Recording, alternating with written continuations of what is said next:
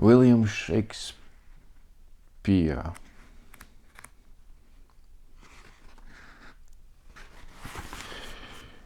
Tempest. A tempestuous noise of thunder and lightning heard. Enter a shipmaster and a boatswain. Master, boatswain, boatswain. Here, master, what cheer? Good, speak to the mariners. Fall to't yearly, overrun ourselves the ground, bestir, bestir. Exit. Enter mariners. Boatswain. High my hearts, cheerly, cheerly my hearts. Year, year, taking the topsail, tend to the master's whistle, blow till thou burst thy wind if room enough. Enter Alonso, Sebastian, Antonio, Ferdinand, Gonzalo, and others. Alonso. Good boatswain, have care. Where's the master? Play the man. Boatswain. I pray now keep below. Antonio. Where's the master? Boatswain. Boatswain. Do you not hear him? You mar our labor. Keep your cabins. You do assist the storm. Gonzalo. Nay, good be patient. Boatswain. When the sea is, hence, what cares these rowers for the name of king? To cabin, silence, trouble us not. Gonzalo. Good, yet remember whom thou hast aboard. Boatswain. None that I more love than myself. You are counselor. If you can command these elements to silence and work the peace of the present, we will not hand the rope more. Use your authority. If you cannot, give thanks. You have lived so long. You make yourself ready in your cabin for the mischance of the hour. If it so hap, cheerly good hearts, out of our way, I sigh. Exit. Gonzalo. I have great comfort from this fellow.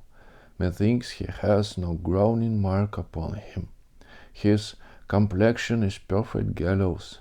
Stand fast, good fate, to his hanging. Make the rope of his destiny our cable. For our own thus little advantage. If he be not born to be hanged, our case is miserable. Exeunt. Enter boatswain. Boatswain. Down with the topmast.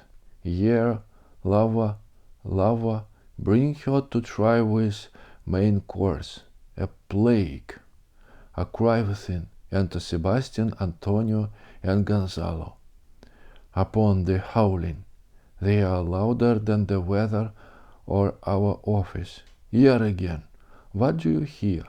Shall we give over and drown? Have you a mind to think? A pox of your throat, you bawling, blasphemous, incharitable dog.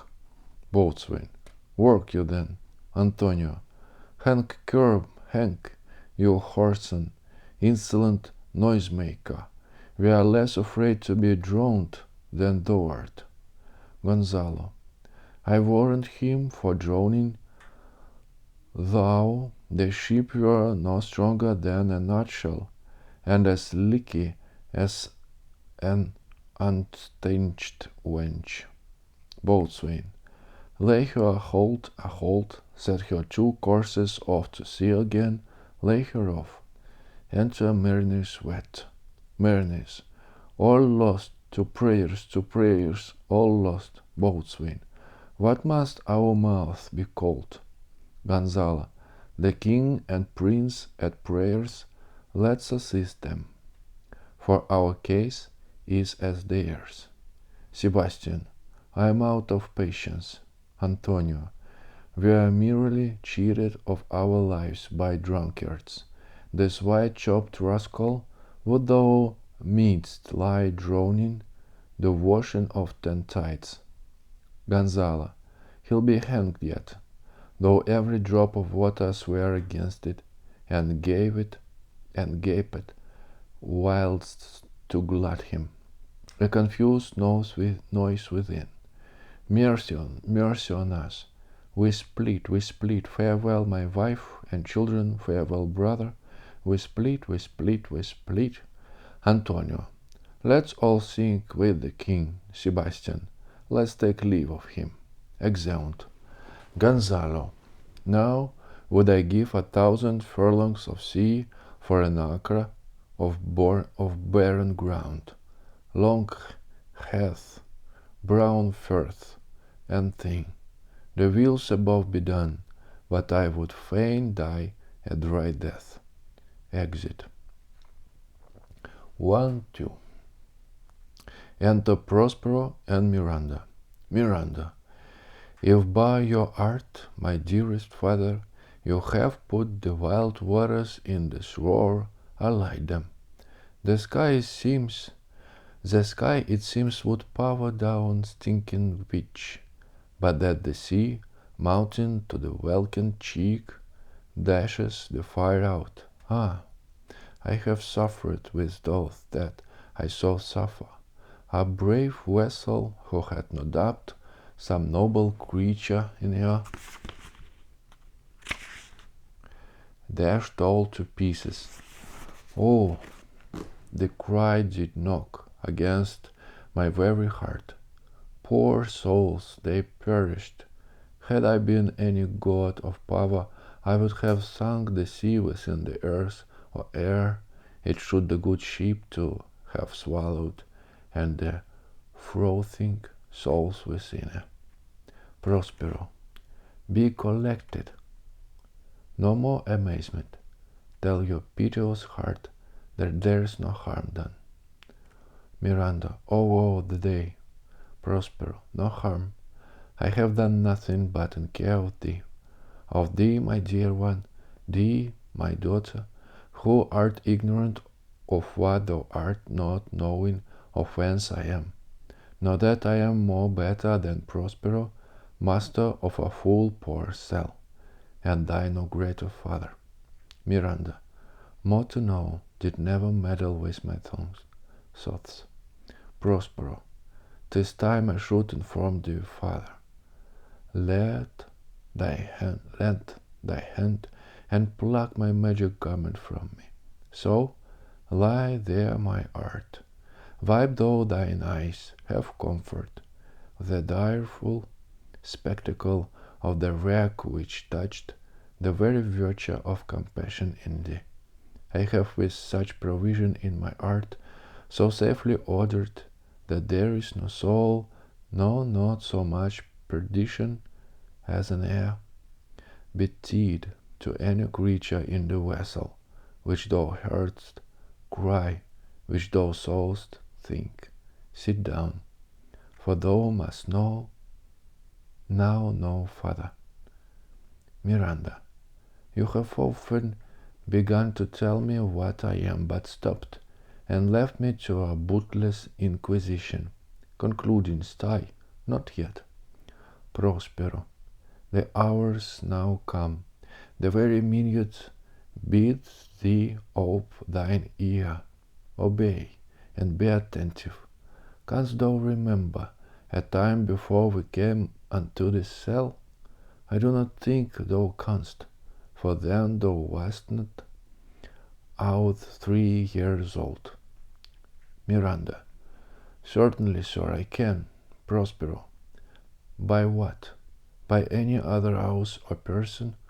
Of anything the image tell me that has kept with thy remembrance?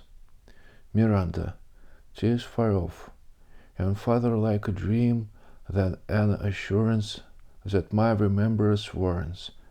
Had I not 4 or 5 women once that tended me? Prospero, thou hadst, and more, Miranda. But now is it that this lives in my mind. What seest thou else in the dark backward and abysm of time? If thou rememberest oft ere thou calmest here, How can comest here, thou mayst? But what I do not. 12 years since, Miranda, 12 years since, thy father was the Duke of Milan and a Prince of Padua. Miranda, sure, are not you my father? Prospero, thy mother was a piece of virtue, and she said thou wast my daughter, and thy father was a Duke of Milan, and his only heir a princess. No words issued. Miranda, oh the heavens! What foul play had we, that we came from thence, or blessed was we did? Prospero, both, my girl, by foul play, as thou sayst, were we have thence by blessedly hope hither.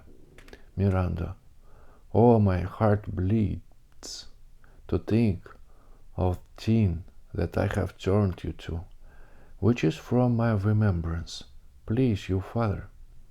Prospero, my brother and thy uncle, called Antonio, I pray thee mark me, that a brother should be so perfidious.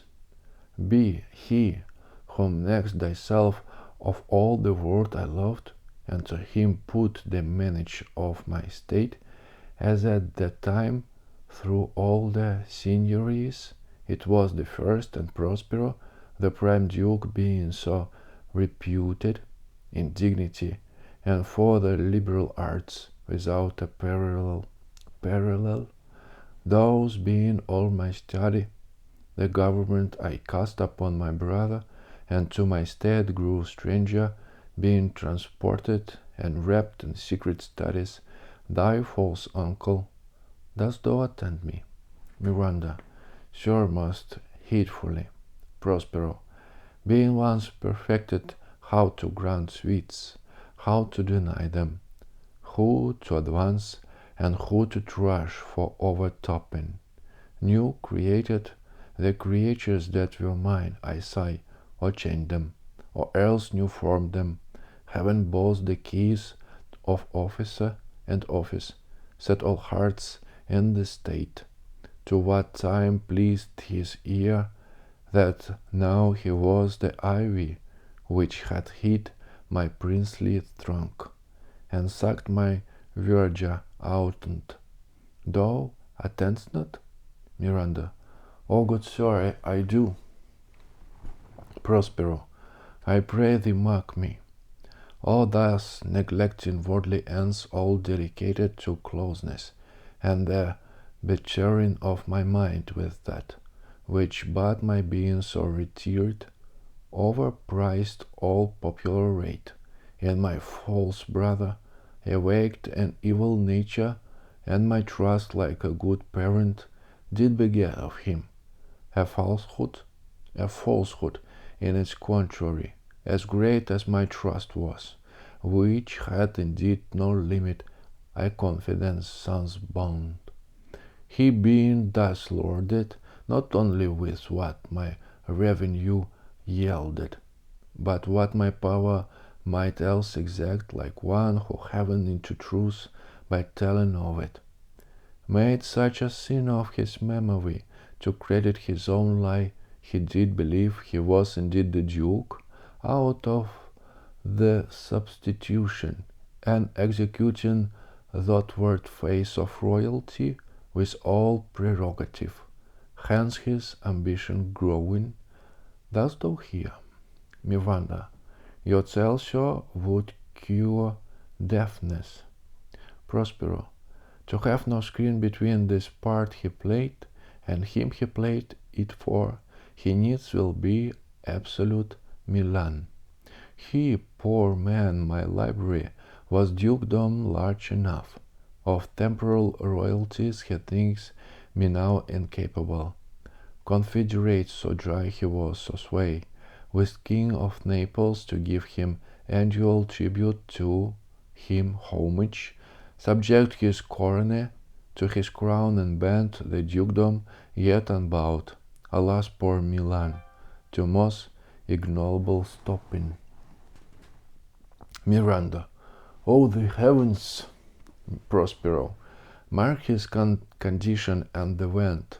Then tell me, and this might be a brother. Miranda. I should sin. To think but nobly of my grandmother. Good wombs have borne bad sons. Prospero. Now the condition.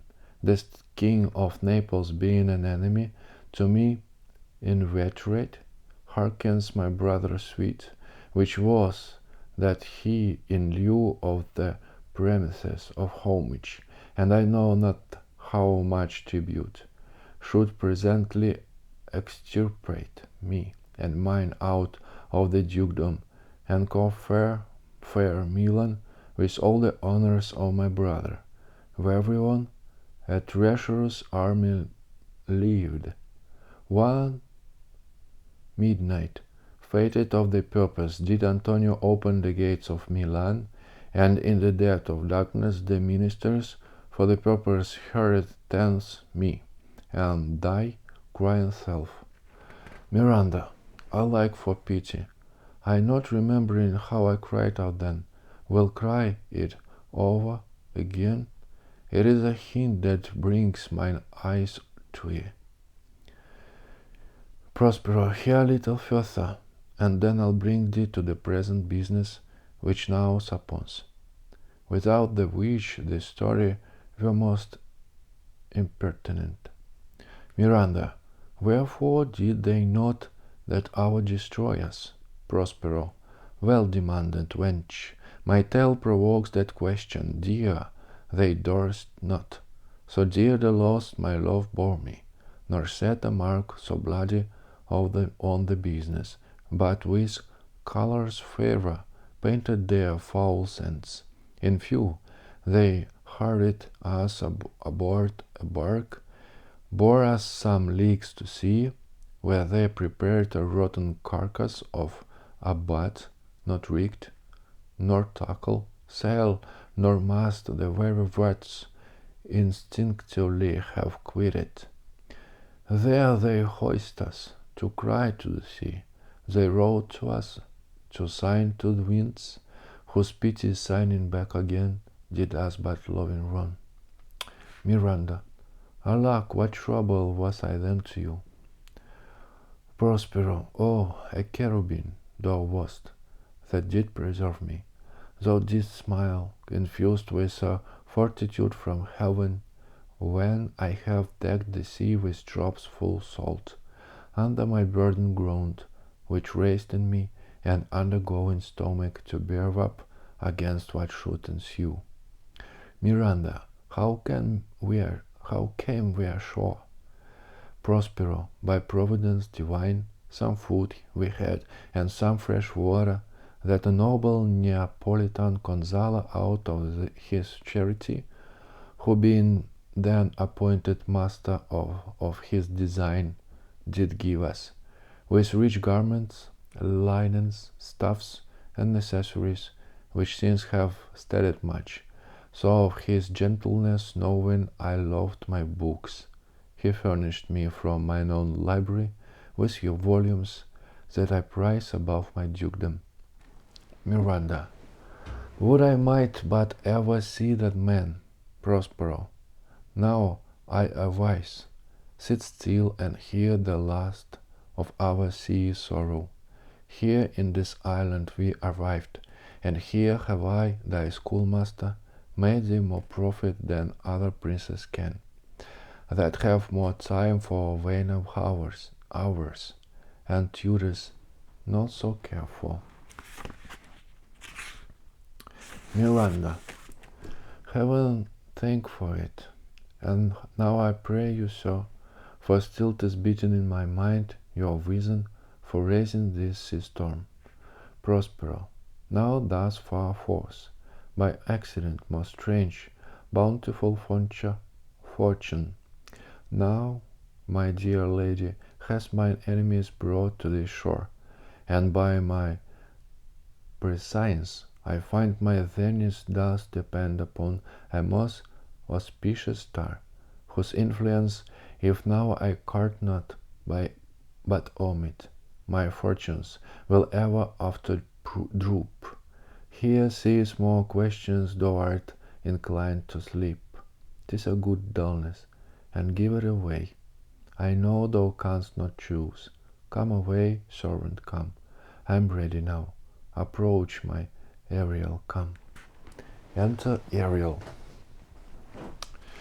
All hail, great master, grave sir, hail. I come to answer thy best pleasure. Bid fly, to swim, to dive into the fire, to ride on the curled clouds, to thy strong bidding task, Ariel, and all his quality. Prospero, hast thou, spirit, performed to point the tempest that I bade thee? Ariel, to every article I boarded the king's ship, now on the beak, now in the waist, the deck, in every cabin I flamed amazement. Sometime I'll divide and burn in many places. On the topmast, the yards of bowsprit, would I flame distinctly, then meet and join Jove's lightning and precursors,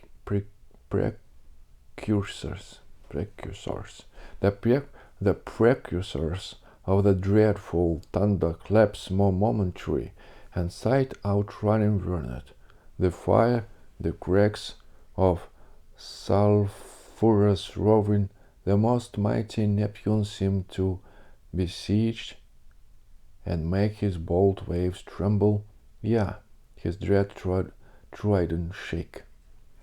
Prospero, my brave spirit, who was so firm, so constant that his coil would not infect his reason. Ariel, not a soul, but felt a fever of the mad and played some tricks of desperation. All but mariners plunged in the foaming brine and quit the vessel. Then all afire with the king's son Ferdinand, with hair upstirring. Then like reeds, not hair, was the first man that leaped. Cried, hell is empty, and all the devils are here. Prospero, why, that's my spirit. But was not this Naisho? Ariel, close by, my master. Prospero, but are they Ariel safe? Ariel, not a hair perished. On their sustaining garments not a blemish, but fresher than before. And thou badst me. In troops I have despaired them, both the isle.